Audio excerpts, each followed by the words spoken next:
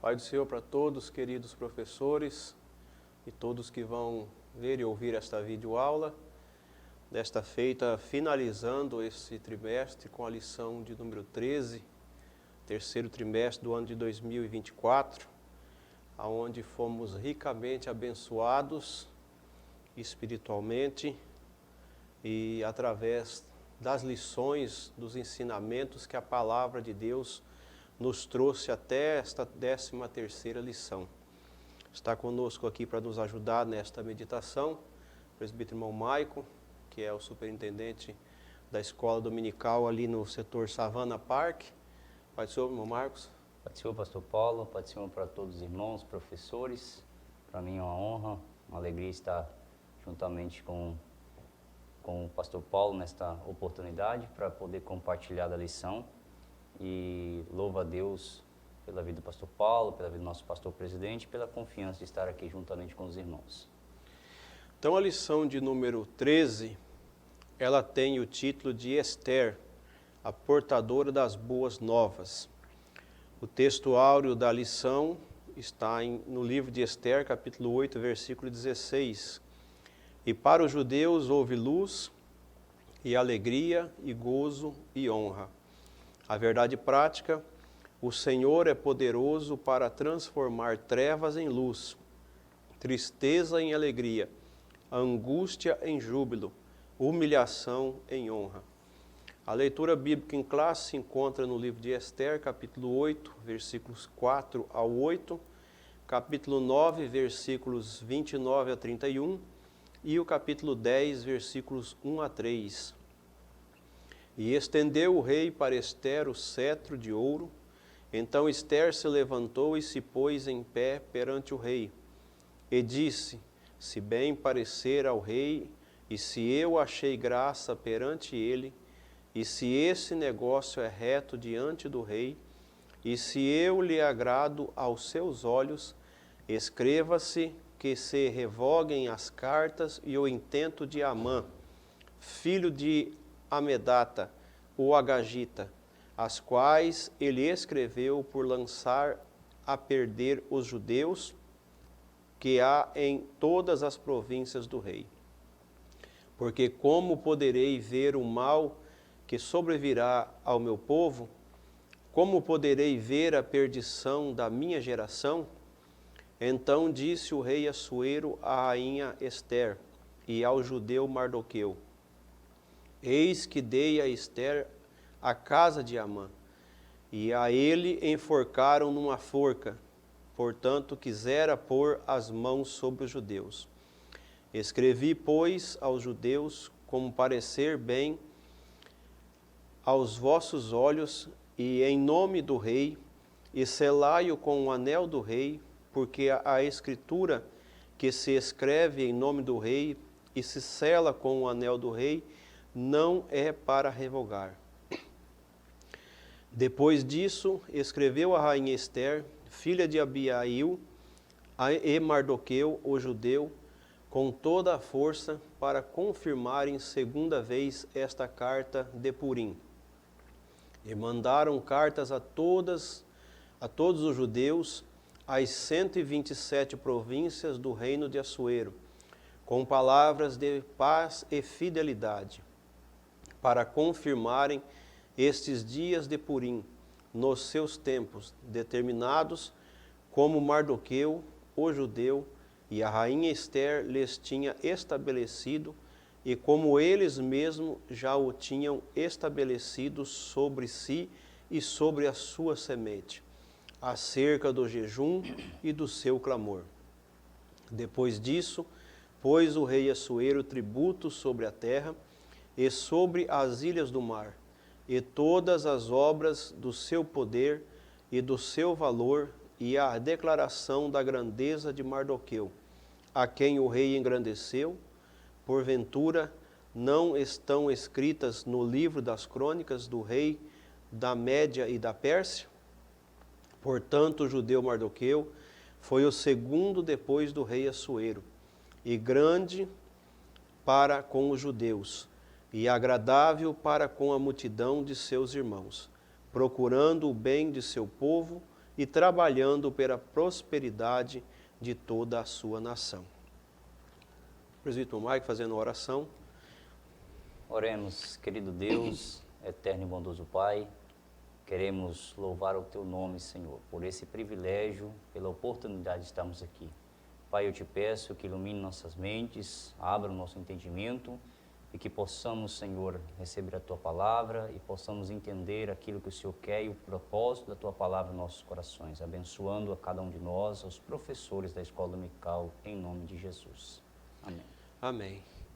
Então nós estamos na 13ª lição e é o fechamento, né, desse trimestre que nós temos sido enriquecidos através da palavra de Deus, e em especial a tudo que se tratou no livro de Esther, todo esse contexto que nós acompanhamos nas lições que se passaram, e vemos como Deus, como a confiança em Deus, ainda que não estejamos vendo a solução, ou não estejamos vendo ou entendendo a maneira como Deus está trabalhando, mas nós, através da palavra do livro de Esther, que como nós vimos lá nas primeiras lições a respeito deste livro, por alguns era até considerado um livro que, por não falar diretamente de Deus, no nome de Deus, ter citações, né,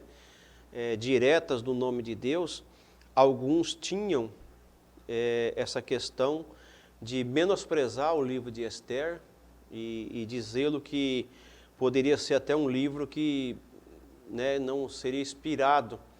Mas quando atentamos para os ensinamentos, para o contexto, para o que a palavra ficou registrado, e quando nós nos colocamos na posição de como se estivéssemos vivenciando tudo o que eles viveram naquela época, conforme o livro vai declarando capítulo por capítulo, então nós entendemos a maneira que Deus, e como o escritor, pastor Silas, bem trouxe, né, declarando na capa da lição deste trimestre, o Deus que governa o mundo e cuida da família. Então, independente do que esteja acontecendo, nós vimos aqui em situações diferentes, adversas, situações que nada apresentavam, né, de coisas grandes, assim, mas nós vemos que Deus estava governando, estava ali direcionando, e estava conduzindo, e o governo de Deus, ele é tão certo como o sol que nós vemos a cada manhã. Então, por isso que esta lição, pastor Silas, com muita propriedade, nos trouxe esse título, o Deus que governa o mundo. Deus, ainda nos dias de hoje, continua governando o mundo da mesma maneira, todos os seus projetos, todos os seus intentos, tudo aquilo que Deus fez, e agora nós já vamos entrando um pouquinho aí no próximo trimestre, que são as promessas que Deus tem deixado através da sua palavra. Todas essas palavras de Deus, as promessas, nós temos que ter a firme certeza, a convicção que esse Deus continua governando este mundo, ainda que pareça aos olhos de muitos que não, mas nós, pela palavra de Deus, conseguimos ter esta certeza. E dentre esse governo, a preocupação que nós vimos dentre esse governo de Deus é a preocupação com a família. Deus, mais do que nunca nos nossos dias, está preocupado com a permanência, né, em derramar suas bênçãos sobre o casamento, sobre a família, sobre os lares. É algo que tem sido atingido, perseguido, são as famílias, é um casamento sadio, um casamento dos moldes bíblicos, tudo isso tem sido perseguido, tem sido, né, menosprezado, algumas partes da sociedade tentam menosprezar, tentam diminuir a grandeza do que é um casal abençoado, uma família abençoada na presença de Deus. Então, nós aqui entendemos que Deus ainda está cuidando de nós, e o professor tem que frisar isso na sala de aula, que Deus está cuidando da vida de cada aluno, do lar, de cada aluno, da família, né? Aqueles que já estão aí casados, que Deus está cuidando, assim como cuidou de Esther, cuidou de Ruth, nós também estamos sendo cuidados por Deus, o nosso Deus tremendo. A introdução da lição, ele diz que o rei não podia, então a temática aqui que nós vamos entender, é que a vontade de Esther é que se revogasse, já que se provou que Amã usou de má fé e aproveitou-se de situações, e essas situações levaram ele à forca, né, os seus interesses. Então Esther acreditava que poderia ser revogada, assim como ela pediu, na leitura nós vimos, que fosse revogada essas cartas a respeito disso.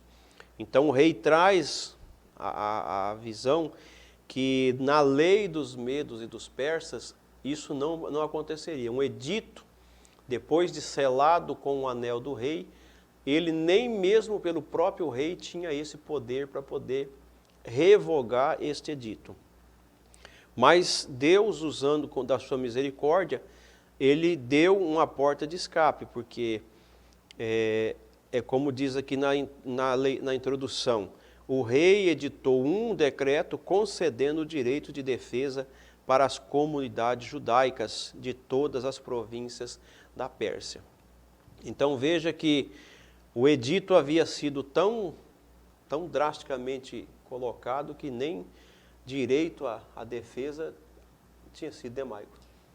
A gente historicamente, a gente vendo, e a Bíblia mesmo, ela nos dá o entender que a lei dos medos persas era uma lei que, depois de feito o edito, nem o próprio rei poderia revogar. A exemplo disso, que mais para frente nós vemos nesses primeiros pontos da lição, a exemplo disso temos quando Daniel, né, o rei Dario, não pôde revogar de Daniel ser lançado na cova dos leões.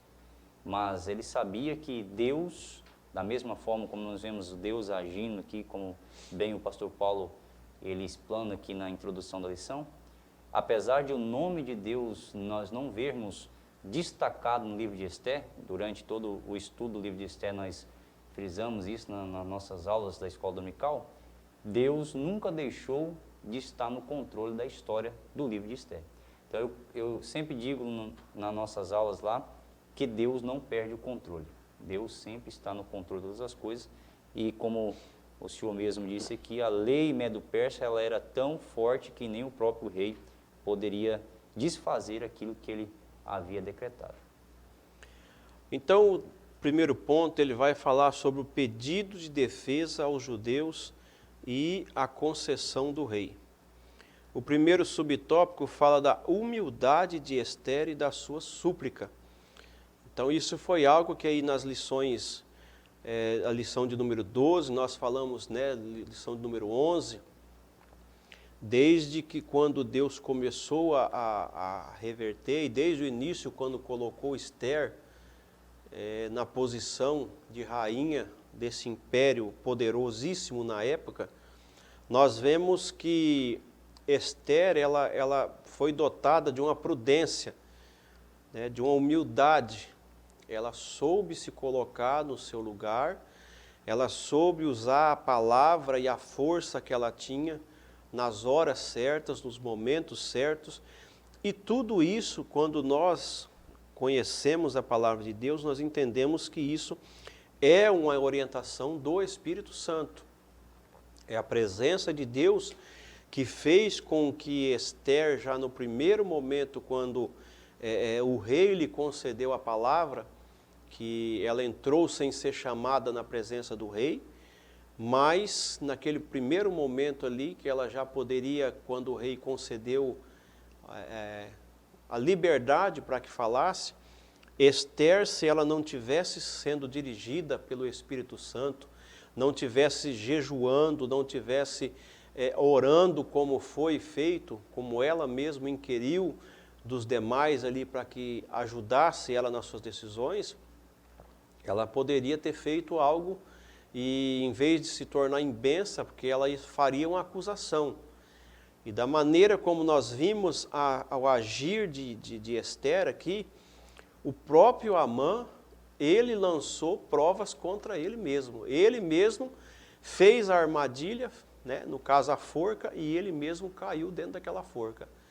Então, Deus já havia dito que nenhuma arma preparada contra nós, servos de Deus, quando estamos caminhando na presença de Deus, nenhuma arma preparada vai se destacar diante de nós. Então, esta humildade de Ester nesse primeiro ponto, ela fica bem destacada, a presença de Deus na vida dela.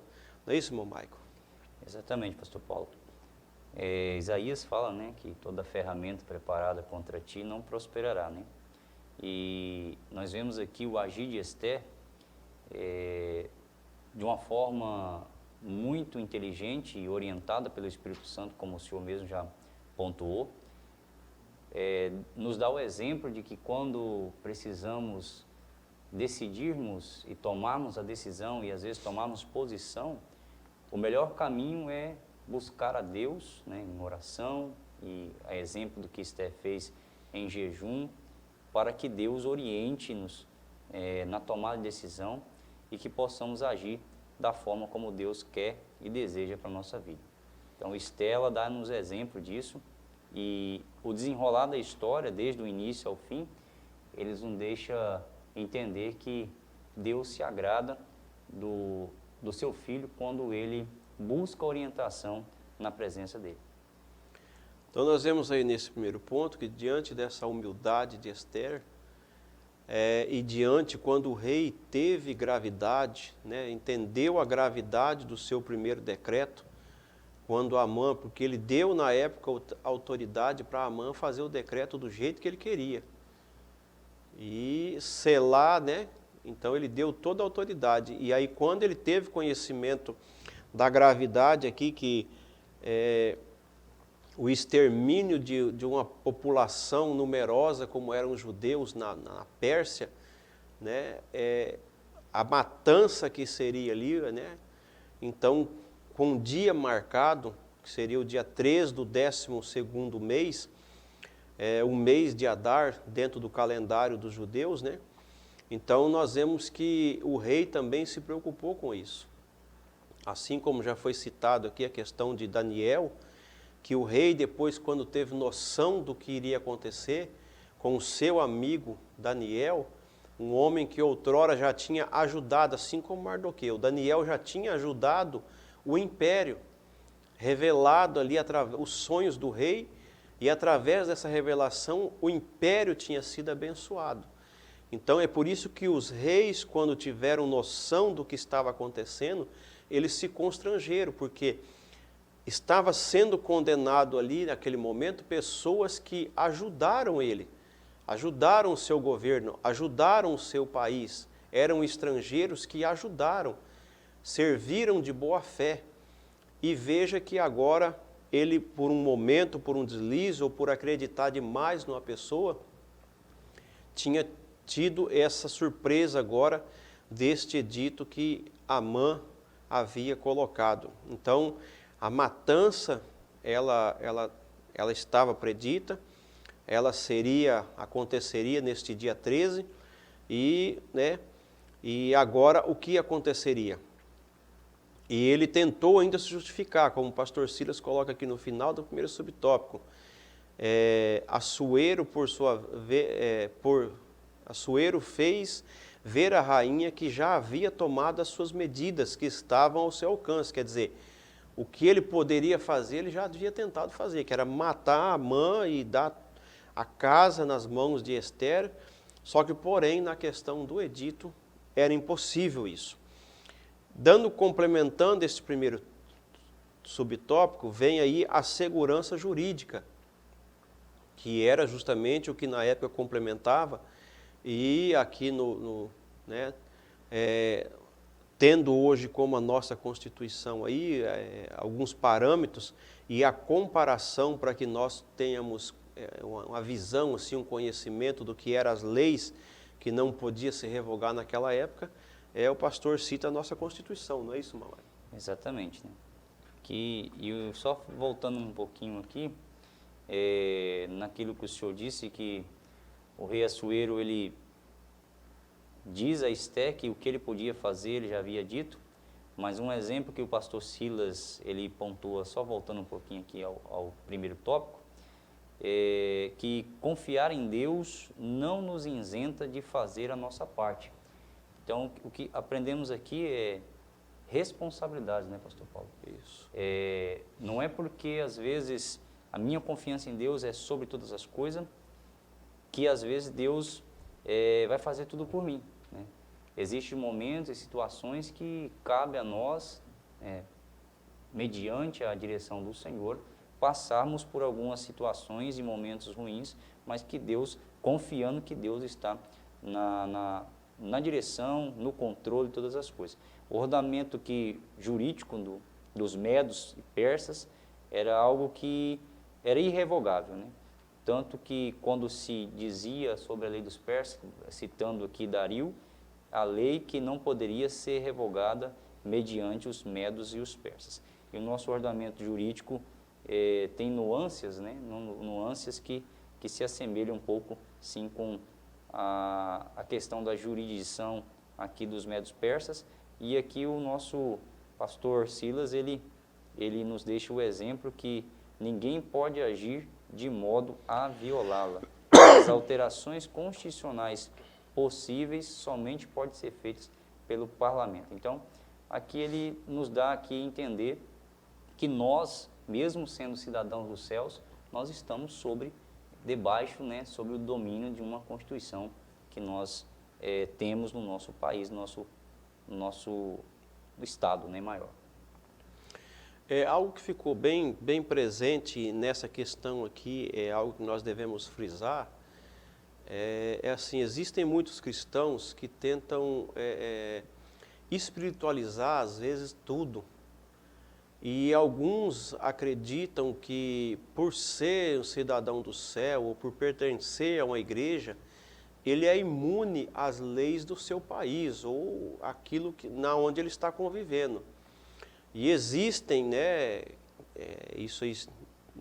existe outro nome, existe uma questão de ética. Cada segmento existe a sua ética. Existe a ética profissional, a ética no meio da ordem dos advogados, a ética no meio da medicina. Então, todos esses segmentos existe uma ética. E existem regras ou princípios a serem seguidos. Na igreja não é diferente. Nós, como cristãos, temos a nossa ética, a nossa posição, a nossa postura. Agora, não é por isso que nós nos tornamos imunes, pois nós vivemos, ainda que cidadão dos céus, pertencemos, né, a uma nação, a um país, a um estado e a um município. E é por isso que dentro dessa citação aqui da nossa Constituição Federal, que é a lei maior do nosso país, e eu, como cidadão, não tenho nenhum poder para modificar nada, nem mesmo o nosso presidente da República, por algum decreto, ele consegue modificar o que está na Constituição. Por isso que o pastor Silas traz essa comparação e essa ressalva, essa proximidade que nós temos como um país democrático, nós temos também essa questão. As leis da Constituição Federal, ela só pode ser alterada, acrescida ou por alguma outra maneira, se passar por um parlamento, por um debate, e aquilo a maioria entender que é proveitosa esta mudança. Então nós vemos que nós também nos dias de hoje, como cristãos, temos que tomar cuidado. E algo que quando estudava, alguns escritores da Palavra de Deus dizem que o modo que Deus trabalhou em Ester, porque este povo estava saindo da escravidão, eles haviam passado pelos 70 anos do cativeiro, então eles haviam esquecido praticamente do jejum, da oração, da adoração, eles não tinham mais um templo para praticar adoração. Então era um povo que estava saindo daquele cativeiro, mas assim, totalmente, vamos dizer assim, desprovido das armas espirituais. É o que aconteceu quando o povo saiu do Egito, saiu da escravidão também. Então eram momentos cruciais na vida, e Deus trabalhou na vida deles, daquele povo no deserto, e agora aqui, através dessa situação, para que o povo se relembrasse e entendesse que aquilo era projeto de Deus, não é isso, irmão Maicon? Exatamente, porque nós vemos o que conseguimos enxergar com o livro de Esther, como o senhor mesmo já pontuou, que Deus chama, né, chama aquela nova geração que já existia ali no cativeiro, pois o povo já estava há 70 anos cativos, né, já tinha passado pela Babilônia, agora já estava no reino, no Império Medo-Persa. E o que nós observamos, como bem pontuou o pastor Paulo, é que a maneira como Deus trabalha aqui no livro de Esther, também ele usa uma forma de que aquela geração pudesse novamente se aproximar dele. Deus usa esse meio de livramento para mostrar para aquela geração que ele ainda era o Deus de Israel e que ele queria que aquele povo estivesse novamente próximo dele. Porque esta geração que estava saindo do cativeiro, estava participando desse momento, era dali que a descendência dessa geração tinha uma promessa maior. Existia na nação de Judá, de Israel, a promessa da vinda do Messias. Então, Deus fez brotar no coração desse povo, saindo agora e através da maneira como ele agiu, um ânimo, um fôlego ou a volta desse entendimento de que eles não poderiam caminhar de qualquer maneira, porque eles tinham a responsabilidade de preservar esta linhagem para que o Messias pudesse vir. E poderia ser naqueles dias. E eles haviam se esquecido desta promessa. Era uma das promessas que esse povo estava vivendo, e eles se perderam tanto ali, ainda antes de entrar no cativeiro, diante de tantas vezes que Deus anunciou ao povo o castigo através do cativeiro, e mesmo Judá, vendo os seus irmãos do reino do norte, as 10 tribos, sendo dispersas na época pela Síria, pelo mundo todo, mesmo assim eles não alertaram, não abriram seus olhos para o espiritual que Deus estava trabalhando, que eles tinham uma responsabilidade. Então, para nós hoje, e o professor tem que trazer isso para a nossa atualidade, que a igreja hoje tem essa responsabilidade. Nós estamos aqui e as promessas de Deus que nós vamos ver não são somente as promessas financeiras ou as promessas materiais, mas as promessas espirituais que Deus tem deixado dentro da sua palavra, elas são mais fortes do que tudo aquilo que nós possamos alcançar aqui na terra.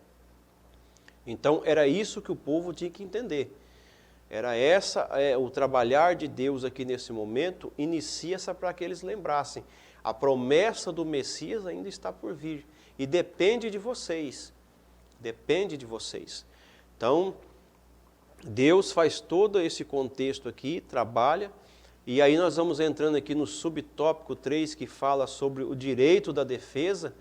E traz aqui coisa que eles por si só não poderiam fazer, mas veja que Deus concedeu o meio e a condição, mesmo dentro de uma lei tão rígida como era dos medos e persas, que eles tivessem um decreto lhes concedendo a oportunidade da defesa. Não é isso, irmão?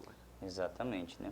A gente vemos aqui que o agir de Deus, ele está nos mínimos detalhes aqui no livramento do povo ali nas províncias, né?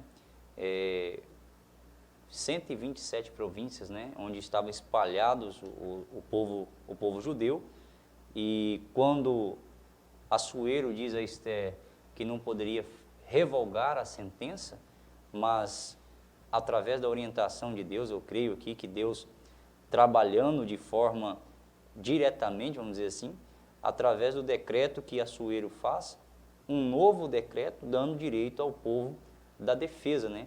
E isso alegrou o coração do povo, né? Que nós vemos que o nosso comentador, ele deixa bem claro nesse subtópico 3, que esse direito à defesa, depois que foi feito o novo decreto, assinalado o novo decreto, mediante ao anterior, trouxe paz, né? Trouxe um pouco de alegria, um pouco de ânimo, né? Para o povo judeu. E o interessante é que até os que não eram judeus queriam ser judeus, né? Para ajudar ali o povo diante daquela dificuldade, daquela sentença de morte. Porque viram que era algo absurdo, né? Era algo que não tinha cabimento. Como nós já vimos nas lições passadas aí, a rixa, a desavença, por ignorância ou pelo modo como nós já vimos, né, que Amã se conduzia, soberbamente e autossuficiente como ele era, se ele tinha algum problema com Mardoqueu, que fosse resolver com ele. Era algo pessoal, né? Era algo pessoal, mas ele transformou isso num genocídio, num extermínio, né? Como nós já comentamos nas lições passadas, ele tornou isso aí uma matança, um negócio absurdo. Então, quando se fez conhecer o que realmente iria acontecer, é como está aqui, o pastor deixou registrado, né?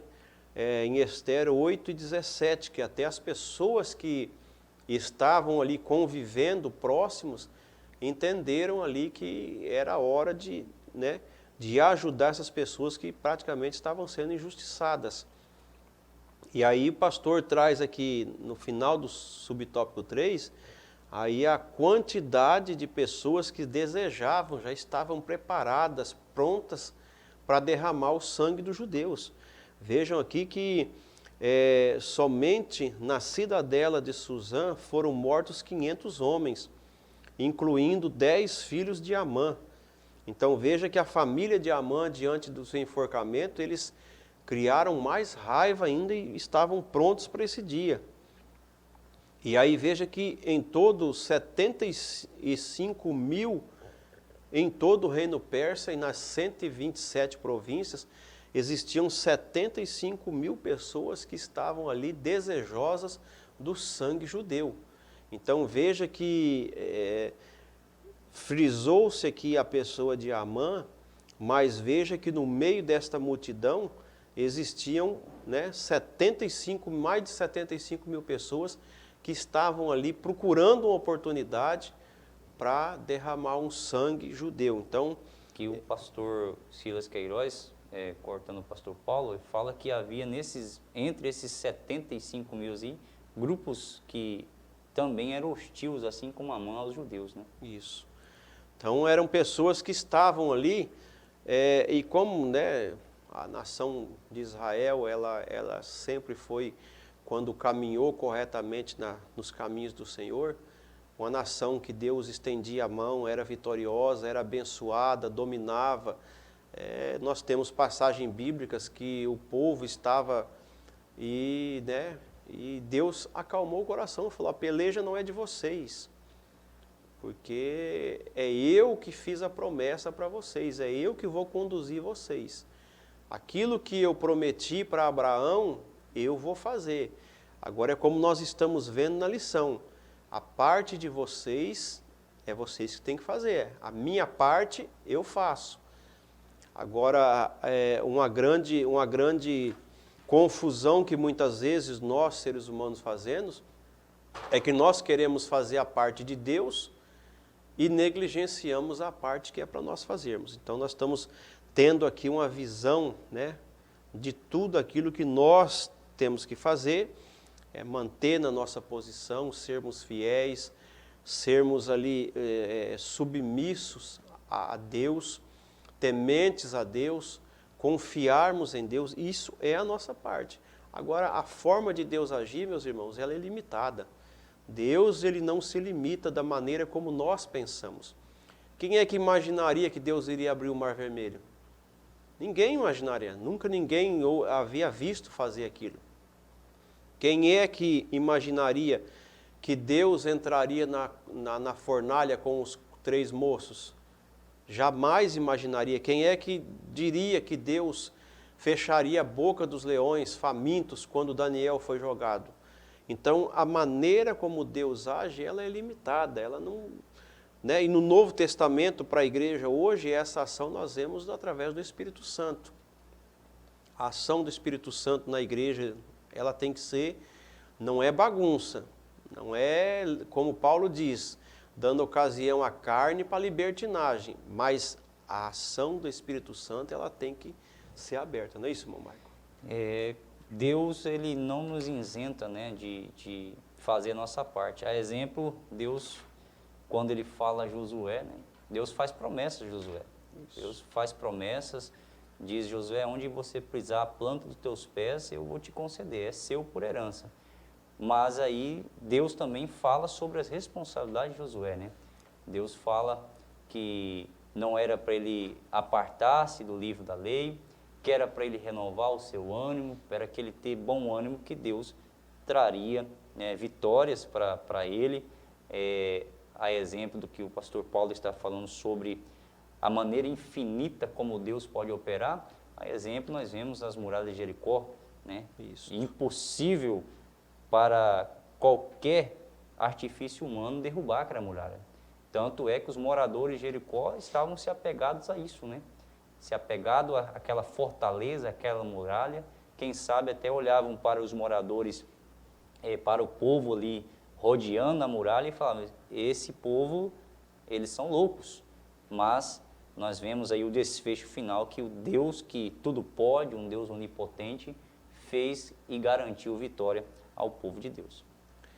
Então nós vemos que a maneira como Deus age e a soberania de Deus sobre o mundo, ela é algo maravilhoso e algo que nós devemos crer e temer, né? Não é medo, não é ter medo dessa ação de Deus, desse governo de Deus, mas é entender esse governo de Deus e temer, saber que Ele está controlando a nossa vida. E como várias citações durante o trimestre já foram citadas, existem situações que nos acontecem justamente para nos alertar, e às vezes situações que eu estou passando que vai beneficiar outra pessoa. Então, existem situações que nós temos que ter muita sensibilidade do Espírito para entender, muito entendimento, buscar a orientação de Deus. Eu já citei aqui na lição de número 11, no comentário que nós fizemos, que o ser humano sofre por 3 razões: pecado, provação ou tentação. Existem situações distintas em cada situação dessa, que as atitudes têm que condizer também com cada situação. Então, dentro desta visão, nós como cristãos, nós temos que entender. Talvez eu estou passando por um processo hoje que eu não estou entendendo, mas é para benefício da igreja. E eu não estou imaginando, como foi o caso aqui de Mardoqueu e Esther. O sofrimento deles ali, a rixa deles particular ali entre Mardoqueu e Amã, foi algo que depois beneficiou a igreja. José, quando foi vendido para os seus irmãos, Deus já havia determinado a seca quando deu o sonho a José. E eles não entendiam nada, mas lá na frente, quando a seca veio, José, através do sonho, havia guardado o mantimento durante os 7 anos de escassez. Ele, quando encontra seus irmãos, ele diz, para a preservação da vida, Deus fez tudo aquilo, que não era para ele se preocupar. Então, existem situações que nós temos que tomar cuidado, senão nós vamos agir de forma errada e, em vez de se tornarmos bênção, nós vamos se tornar maldição. E em vez de ajudarmos, né, ao agirmos da maneira que Deus está querendo, nós vamos agir de forma incorreta. Não é isso, irmão Maico? Exatamente, né? Deus, ele tem os meios, né, dele trabalhar. E cabe a nós, nesses momentos em que nós não estamos entendendo a maneira como Deus está talvez agindo na minha vida, procurar em oração, né, em vida devocional com Deus, a orientação daquilo que Ele quer para a minha vida, né? Como bem pontuado pelo pastor Paulo, às vezes situações acontecem, sobrevêm nas nossas vidas, que são para fortificar a fé do nosso irmão. A pessoa vai acompanhando aquilo, e eu creio que Mardoqueu aqui é exemplo mesmo, como o pastor Paulo diz aqui. Ele não tinha culpa, ele não tinha nenhum erro, vamos dizer assim, cometesse nenhum erro. A única coisa que Mardoqueu fez a Amã, que era que ele não ia se prostrar e não ia reverenciar a Amã. Mas Deus deu vitória mesmo assim, né?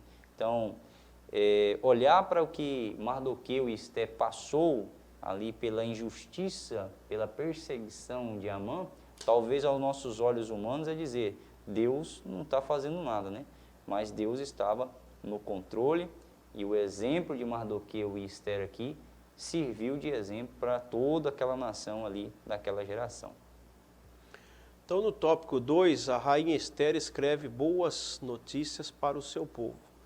Quando tudo aconteceu, e aí dentro daquela legalidade jurídica, vamos colocar aqui da Constituição dos Medo-Persas, era a condição, né, não se revogar o decreto, mas a possibilidade da defesa. Então, quando surgiu esse meio de solução, Esther, então, agora se tornou a portadora das boas notícias para o seu povo.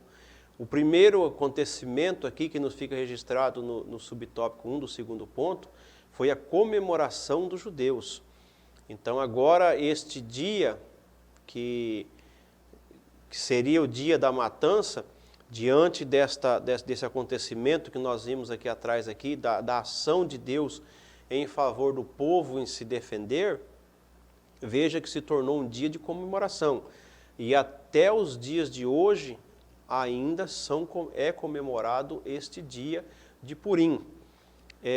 Purim aqui no livro da Etade, meus irmãos, ele diz que este Purim era um tipo de dado que determinava, né, que era consultado para determinar algumas situações. E Amã, como ele era muito supersticioso, ele consultou, veja o cuidado que ele teve quando estava escrevendo o decreto, de consultar isso para poder dar uma legalidade espiritual naquilo que ele estava fazendo, dizer que através da sua sorte. Essa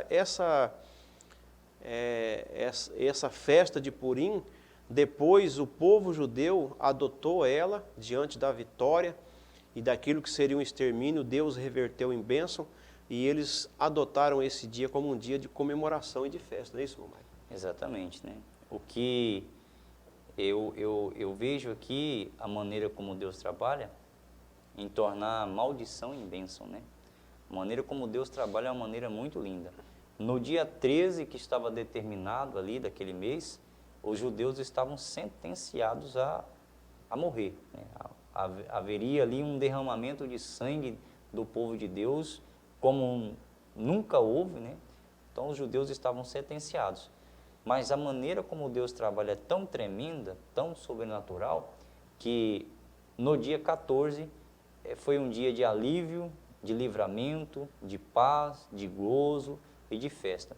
E aí o que o comentador diz lá na nossa Verdade em Prática, que Deus é poderoso para transformar trevas em luz, tristeza em alegria, angústia em júbilo e humilhação em honra. Então, eu costumo dizer que Deus é especialista, né, em trabalhar.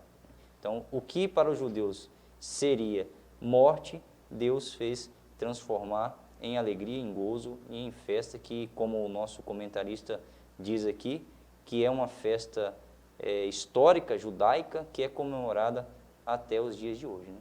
Isto. Então veja que aí Esther, diante desse acontecimento, ela seguindo toda a condição que poderia ser feito dentro das legalidades, ela escreveu uma carta, né, dizendo aí, descrevendo tudo que havia acontecido e a maneira como se encontrou uma solução, e também emitiu esse decreto, né? era a primeira vez que a rainha Esther se dirigia ao seu povo. Então veja que até este momento Esther estava trabalhando de forma,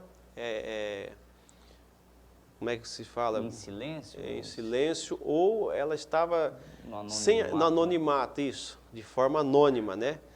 Ela recebia as orientações de Mardoqueu e ela trabalhava no anonimato somente, né, apresentando tudo a Deus. Somente Deus que sabia. O que mostra a humildade que Esther tinha. Né? Isto.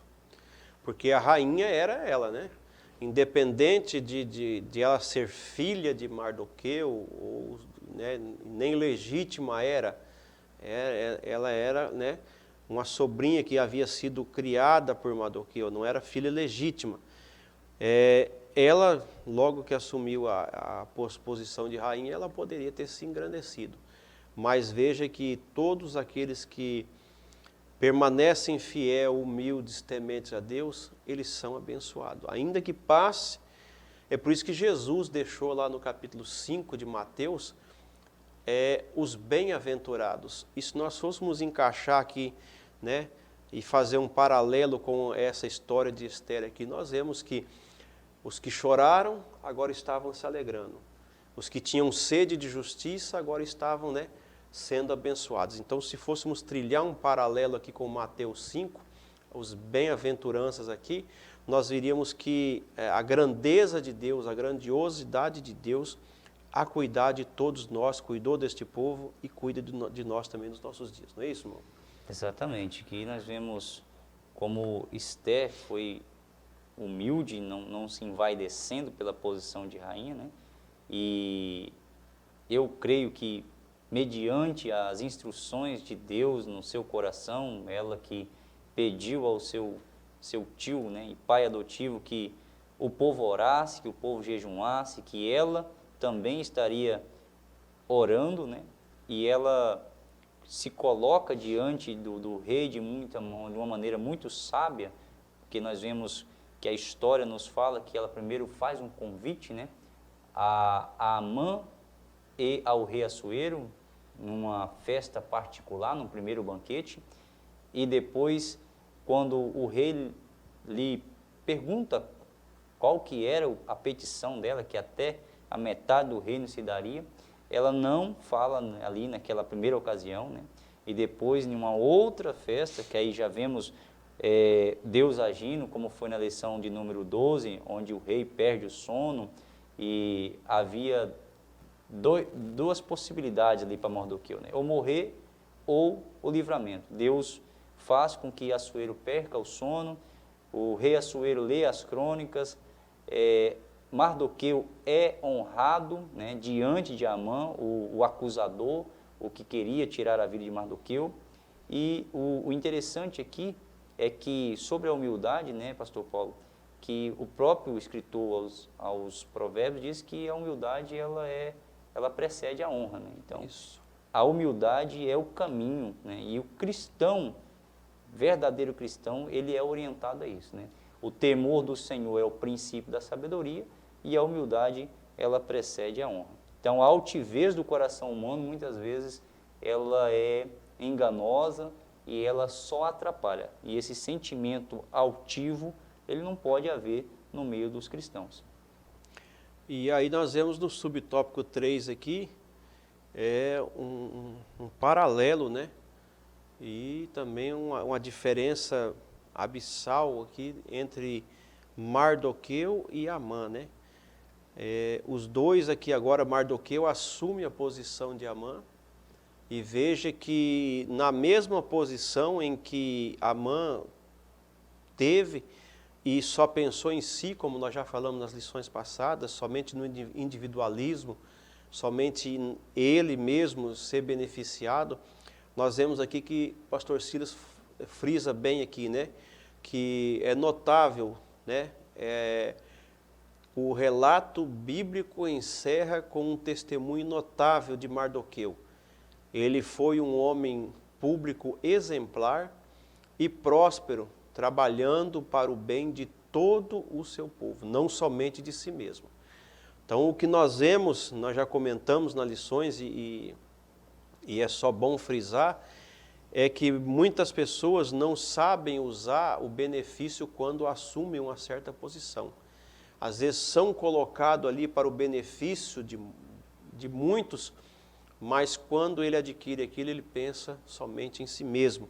Infelizmente, na igreja isso acontece, e muitas pessoas hoje no campo do trabalho, no campo, né, material hoje, essa disputa que existe, ela infelizmente está sendo trazida por algumas pessoas que não compreendem para dentro da igreja. E a igreja não é uma disputa, não é quem é melhor do que alguém. Eu não sou melhor do que ninguém. Eu tenho que ser melhor do que eu era ontem. Hoje eu tenho que ser melhor do que eu era ontem. Amanhã eu tenho que ser melhor do que eu sou hoje, até alcançar a estatura de varão perfeito e ter a condição de entrar no céu. De nada me vale posições, riquezas, é o que a Bíblia diz. De que adianta ganhar o mundo inteiro e perder a salvação? Então, para nós é isso. Infelizmente, hoje, no nosso meio, né, eclesiástico, no nosso contexto de igreja hoje, muitas pessoas não compreendem isso, né? É o famoso querer ser servido, né? Isso. E a Bíblia não orienta isso, né? A Bíblia, ela orienta-nos como cristão a ser servos, né? A escolher servir as pessoas ao contrário do que uns acreditam que devem ser servidos, né? A altivez, a arrogância, aquele sentimento que é o que nós aprendemos em lições passadas, né? A síndrome do imperador, né? Em que quer passar por cima, quer ser melhor do que o outro. É o famoso dê poder para conhecer quem é a pessoa, né?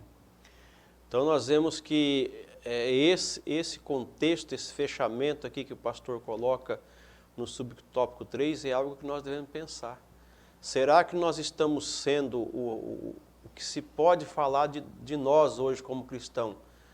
Nós estamos sendo comparados com Mardoqueu ou com Amã? Será que as nossas atitudes como um cristão hoje, no seio da igreja, onde nós estamos vivendo ali, as pessoas estão olhando e dizendo como esse testemunho aqui, um testemunho notável de uma pessoa que está trabalhando para o crescimento da obra de Deus?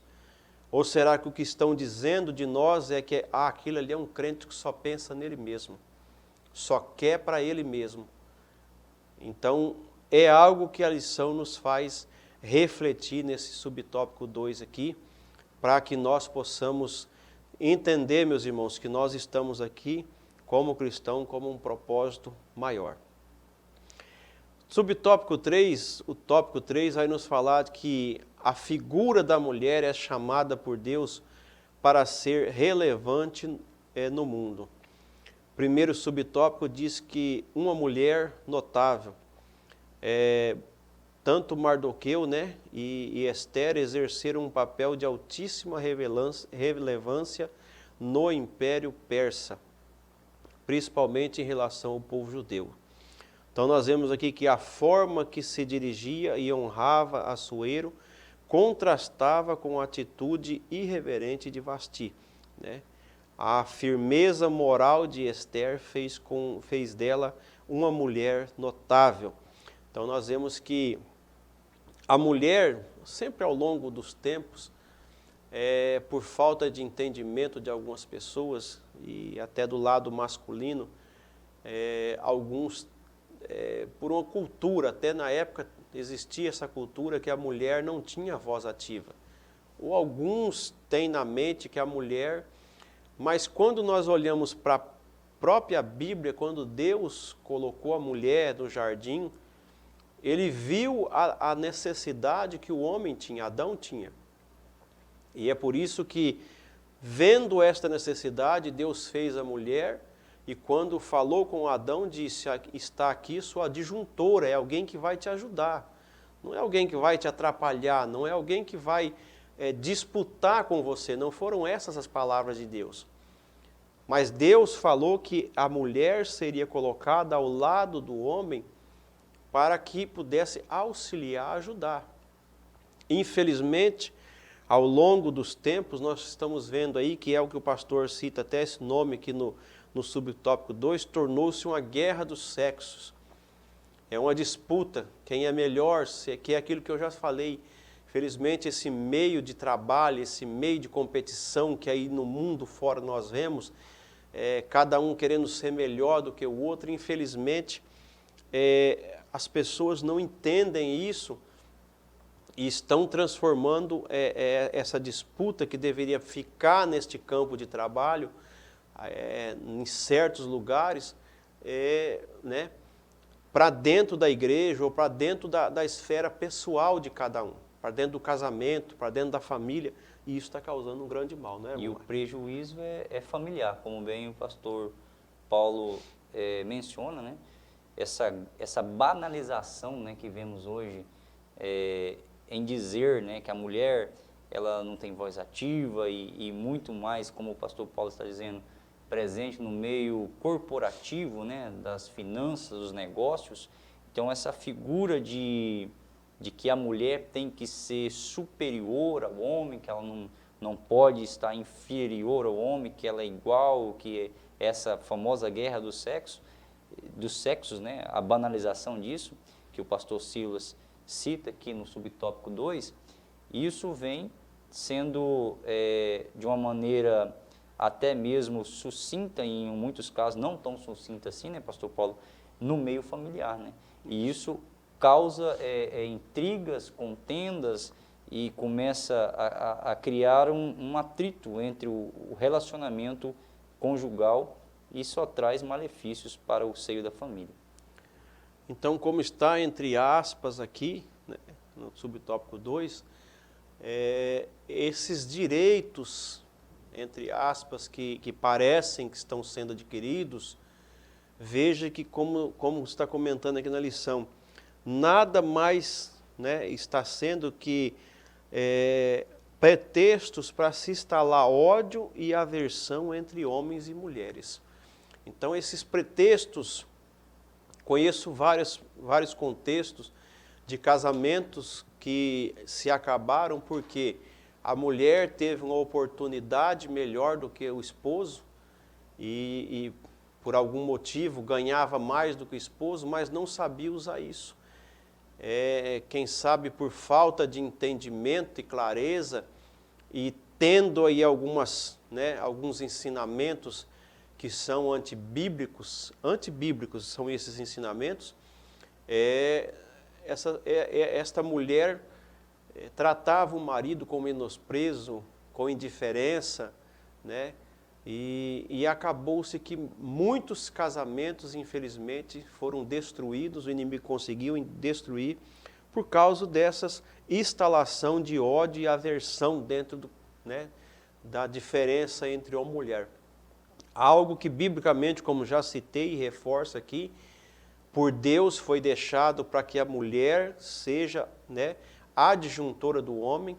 Se a mulher tem a condição de ajudar, e no contexto de hoje, se a mulher tem a condição de trabalhar, o esposo muitas vezes está desempregado, ou a mulher tem alguma condição de ter um emprego melhor do que o esposo, que isso não sirva para menosprezar ou para uma discussão, mas que esta mulher saiba entender, como Esther entendeu. É o caso de Esther. A posição de Esther era superior a Mardoqueu, né, ilimitadas vezes. Ela era a rainha.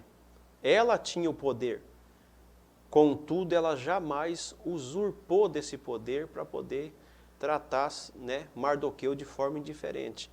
Então, que isso seja uma realidade nos nossos dias. E que, no fechamento desta lição, o professor tenha essa sensibilidade de trazer isso com clareza, né, e de uma forma que traga uma clareza aos seus alunos para que possam entender, irmãos. Nós não estamos aqui disputando. A mulher não é inimiga do homem, nem o homem inimigo da mulher. Mas Deus fez homem e mulher, como está aqui na lição, para se completar. Um completa o outro. E os dois juntos, né? Os dois juntos aqui, como casal, como filho, pais, né? Esse contexto todo de amizade, esse contexto, quando é abençoado, ricas bênçãos, como nós vimos aqui, desde o livro de Ruth, nós vemos que as atitudes de Ruth para com sua sogra Noemi foram motivos de bênçãos numerosas na vida delas, não é, irmão? Deus ele não é afetado, né? Como bem aqui o nosso comentarista, pastor Silas, bem coloca no final aqui, né? Deus não é afetado por partidarismos e ideologias sexistas. Por isso, chama homens e mulheres para serem relevantes no mundo. A mulher tem muito a contribuir no reino de Deus e no bem-estar de toda a sociedade. Então, só complementando aqui ao que o pastor Paulo está se referindo, o que nós vemos nos dias de hoje, meus irmãos, é que essa questão da mulher aí, essa banalização, essas ideologias, muitas delas feministas, né, dizem que a mulher não pode estar sujeita ao homem de maneira nenhuma, mas a sujeição que a Bíblia fala da mulher, ela traz muitas responsabilidades ao homem, né? Ela traz muitas responsabilidades ao homem, porque a Bíblia, ela deixa muito bem claro que a mulher é o elo mais frágil e que o homem deve cuidar da mulher como Cristo, né? Olha a responsabilidade que o homem, aqui já falando num contexto matrimonial do casamento, que ele tem uma responsabilidade muito grande e como bem frisado pelo pastor Paulo, a mulher, ela está para ajudar o homem, né? Isso não pode haver essa inversão de valores aí e esse conflito generalizado nessa seguinte questão e que deve ser frisado em aula, né, pastor Paulo? Isso. Então, são os extremos, né? Infelizmente, são os extremos que muitas vezes atrapalham. E quando se pesa na balança e se acha um meio termo, que é o que Deus fez, né? Projetou o homem, projetou a mulher para que se conduzissem.